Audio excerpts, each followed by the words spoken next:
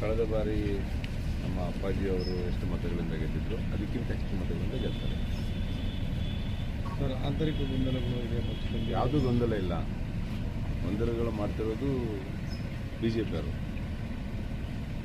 ದಾವಣಗೆರೆಯಲ್ಲಿ ಗೊಂದಲ ಇದೆ ಅಂತ ಸೃಷ್ಟಿ ಮಾಡ್ತಿದ್ದಾರೆ. ಅದಕ್ಕೆಲ್ಲ ರಿಸಲ್ಟ್ ಕೊಡ್ತಾರೆ ಮತದಾರರು, ಉತ್ತರ ಕೊಡ್ತಾರೆ, ಮತದಾರರು ಉತ್ತರ ಕೊಡ್ತಾರೆ. ಜಮೀರ್ ಅಹಮದ್ ಖಾನ್ ಅವರು ಬಹಿರಂಗ ಪ್ರಚಾರಕ್ಕೆ ಬಂದಿಲ್ಲ, ನಿನ್ನೆ ಬಂದದ್ರಲ್ಲ ಭೇಟಿ ಮಾಡಿ ಹೋಗಿದ್ದಾರೆ ಅನ್ನೋ ಒಂದು ಜಮೀರ್ ಅಹಮದ್ ಅವ್ರು ನಿನ್ನೆ ಕೇಳಿಲ್ಲ ನೀವು? ಬಂದಿದ್ರು. ಇಲ್ಲ, ಜಮೀರ್ ಅಹಮದ್ ಅವ್ರು ನಿನ್ನೆ ಬಹಿರಂಗ ಪ್ರಚಾರಕ್ಕೆ ಅಲ್ಲ, ಬಂದಿಲ್ಲ. ನಿನ್ನೆ ಜಮೀರ್ ಅಹಮದ್ ಅವ್ರಿಗೆ ಮಾತಾಡ್ಸಿಲ್ಲ ನೀವು? ರೋಡ್ ಶೋ ಮಾಡಿ ಸುದ್ದಿಗೋಷ್ಠಿ ನಡೆಸಿ ಹೊರಟರು ಸರ್. ಯಾರು? ಜಮೀರ್ ಅಹಮದ್ ಅವರು ಇಲ್ಲೇ ಬಂದು ರೋಡ್ ಶೋ ಮಾಡಿ ಸ್ವಲ್ಪ ಸುದ್ದಿಗೋಷ್ಠಿ ನಡೆಸಿ ಹೊರಟರು. ಬೆಂಬಲ ಇದೆ ಅಂತ. ಯಾವ ಗಲಾಟೆ ಆಗಿತ್ತು? ಯಾವುದೂ ಗಲಾಟೆ ಇಲ್ಲ. ಅವರಿಗೆ ಇವತ್ತು ಒಂದು ದಿವಸ ಮಾತ್ರ ದಾವಣಗೆರೆ ಮಾಡೋಕ್ಕೆ ಹೇಳಿದರು ಹೈಕಮಾಂಡು, KPCC ಮತ್ತು ಮುಖ್ಯಮಂತ್ರಿಗಳು.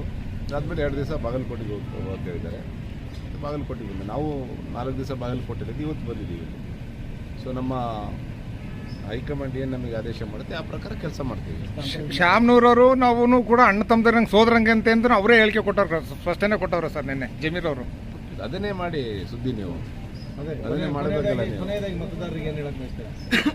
ಕೊನೆ ಮತದಾರರಿಗೆ ನೋಡಿ, ದಾವಣಗೆರೆ ಎರಡೂ ಕ್ಷೇತ್ರ, ಇಲ್ಲಿ SS ಮಲ್ಲಿಕಾರ್ಜುನ್ ಅವ್ರದ್ದು ಆಗಿರ್ಬೋದು, ಶಾಮನೂರು ಅಪ್ಪಾಜಿರಾವ್ ಅವ್ರದ್ದು ಏನು ಕೆಲಸವನ್ನು ಮಾಡಿದ್ದಾರೆ, ಈ ಜಿಲ್ಲೆಯನ್ನು ಯಾವ ರೀತಿ ಅಭಿವೃದ್ಧಿ ಮಾಡಿದ್ದಾರೆ, ಎರಡೂ ಕ್ಷೇತ್ರಗಳು ಯಾವ ರೀತಿ ಅಭಿವೃದ್ಧಿ ಆಗಿದೆ ಪ್ರತಿಯೊಬ್ಬ ಮತದಾರರಿಗೂ ಗೊತ್ತು.